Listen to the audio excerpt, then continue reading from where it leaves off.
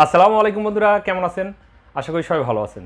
বন্ধুরা, আজকে যে বিষয়গুলো আপনাদের সামনে নিয়ে হাজির হয়েছি এটা অত্যন্ত মজার, গুরুত্বপূর্ণ এবং মানে সংক্ষিপ্ত প্রশ্নের উত্তর বলতে পারেন। সেটা হচ্ছে এরকম যে একজন লোক আত্মহত্যা মানে করতে যে ব্যর্থ হলে তার কি কোনো অপরাধ হবে কি না। আমরা সবাই জানি যদি কেউ কোনো অপরাধ করে থাকে তাহলে তার যে মানে অপরাধের শাস্তি, সেই শাস্তি তাকে ভোগ করতে হয়। কিন্তু এখানের বিষয়টা হচ্ছে এরকম যে আপনি অপরাধ করতে গেলেন, অপরাধের চেষ্টা করে নিজে ব্যর্থ হলেন, তারপরেও কিন্তু আপনার আইনের হাত থেকে মাপ নাই, আপনাকে কিন্তু সাজা ভোগ করতে হবে। তো এটা কোন আইনের কত ধারা সেটা বলবো। এরপরে এজাহারে যদি কেউ সই না করতে চায় তাহলে তার কি কোনো অপরাধ হবে কিনা। এরপরে যেটি বলবো, পুলিশের কাজে বাধা প্রদান করিলে আপনার কোনো অপরাধ হবে না কিনা, যদি হয়ে থাকে সেটা কোন আইনের কত ধারায় অপরাধ হবে সে বিষয়টি আপনাদের সামনে আলোচনা করব। এরপরে জনসাধারণ পুলিশকে সাহায্য করতে কি বাধ্য? আমরা যে অনেকের কাছে, জনসাধারণের কাছে, সাধারণ পাবলিকের কাছে আপনার সাহায্যের আবেদন করি, সেই সাহায্য মানে মানে সেই সাধারণ পাবলিক সাহায্য করতে বাধ্য কি না সেই বিষয়টি আজকে জানবো। বাধ্য থাকলে কোন আইনের কত ধারায় সেই বিষয়টিও আলোচনা করব। এরপরে আলোচনা করব মিথ্যা সংবাদ দানের শাস্তিটা কি। আসলে অনেক সময় পুলিশে মিথ্যা তথ্য দিয়ে কিন্তু অনেকে বিভ্রান্তি করার চেষ্টা করে। তো আমরা জানবো আজকে যে মিথ্যা তথ্য প্রদান যদি কেউ করে থাকে তাহলে তিনি কোন আইনের কত ধারা মোতাবেক শাস্তি ভোগ করবেন। এরপরে জানবো যে কোন অপরাধের জন্য মানে একমাত্র শাস্তি মৃত্যুদণ্ড, অর্থাৎ কোন অপরাধ করলে, কোন অবস্থায় কোন অপরাধ করলে একমাত্র শাস্তি মৃত্যুদণ্ড। এই বিষয়গুলো নিয়ে মানে আজকে আপনাদের সামনে আলোচনা করব। তার আগে অনুরোধ করব বন্ধুরা, এখনও পর্যন্ত যারা আমার চ্যানেলটি সাবস্ক্রাইব করেননি প্লিজ চ্যানেলটি সাবস্ক্রাইব করবেন, ভিডিওতে একটি লাইক দিয়ে দেবেন, ভিডিওটি বন্ধুদের মাঝে শেয়ার করবেন এবং ভিডিওটিতে কমেন্টস করবেন কোথায় ভুল হচ্ছে, কোথায় কী হচ্ছে বা কোনটা জানা দরকার, কী ধরনের ভিডিও চান, এই সকল বিষয় আপনাদেরকে কমেন্টস করার অনুরোধ রইল। তো যথারীতি অ্যাডভার্টাইজ শেষ, চলন বন্ধুরা শুরু করি। যে আসলে প্রথম থেকে সেই 1 নম্বর প্রশ্ন থেকে, যে একজন লোক আত্মহত্যা করতে ব্যর্থ হলে তার কি কোনো অপরাধ হবে কি না।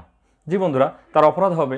তো আমি সরাসরি শুধু উত্তর বলবো যে দণ্ডবিধি আইনের 309 ধারা মোতাবেক যদি কোনো ব্যক্তি আত্মহত্যা করতে যে ব্যর্থ হয়, অর্থাৎ তিনি করতে না পারেন, তাহলে কিন্তু তার অপরাধ হবে বাংলাদেশ দণ্ডবিধি আইনের 309 ধারা।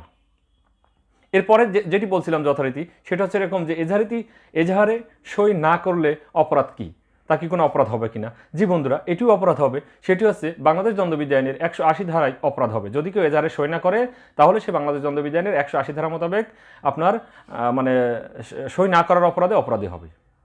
এরপরে যেই মানে প্রশ্নের উত্তরটি বলবো সেটা হচ্ছে যে পুলিশের কাছে বাধা প্রদান করলে তার কি কোনো অপরাধ হবে না, হবে কি না।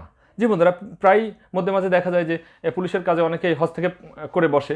তো এই হস্তক্ষেপ যদি করে, অর্থাৎ পুলিশের কাছে যদি কেউ বাধা দান করে, তাহলে তার কোনো অপরাধ হবে কি না। এটা হচ্ছে বাংলাদেশ দণ্ডবিধি আইনের 186 ধারায় যদি কেউ পুলিশের কাজে বাধা দান করে তাহলে তার কিন্তু অপরাধ হবে, অর্থাৎ তার শাস্তি হবে 186 ধারায় বাংলাদেশ দণ্ডবিধি আইনের।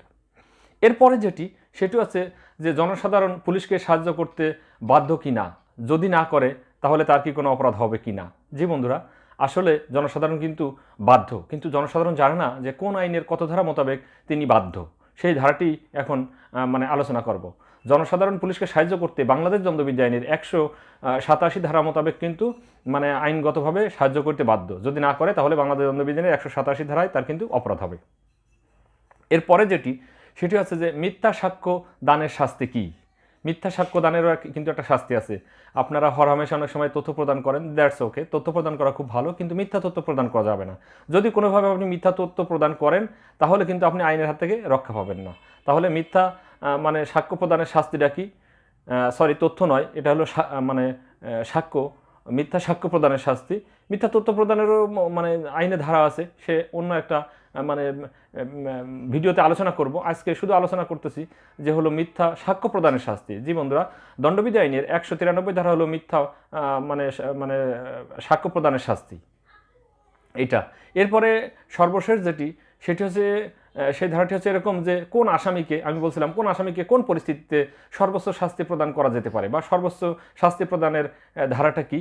তো সেটা হচ্ছে এরকম যে মৃত্যুদণ্ডে দণ্ডিত আসামি যদি পুনরায় খুন করে, অর্থাৎ ধরেন আমি একজন অপরাধী, আমি আসামি, আমি একটা খুন করলাম, আমার অলরেডি যাবজ্জীবন কারাদণ্ডে দণ্ডিত হয়েছে, তারপরেও যদি আমি আবার কাউকে খুন করি, সেই ক্ষেত্রে বাংলাদেশ দণ্ডবিধি আইনের 303 ধারা মোতাবেক তার একমাত্র শাস্তি মৃত্যুদণ্ড। তো আশা করি বিষয়গুলো আপনাদের অনেক হেল্পফুল হয়েছে, উপকার হয়েছে। ভিডিওটি শেষ পর্যন্ত দেখার জন্য ধন্যবাদ রইল।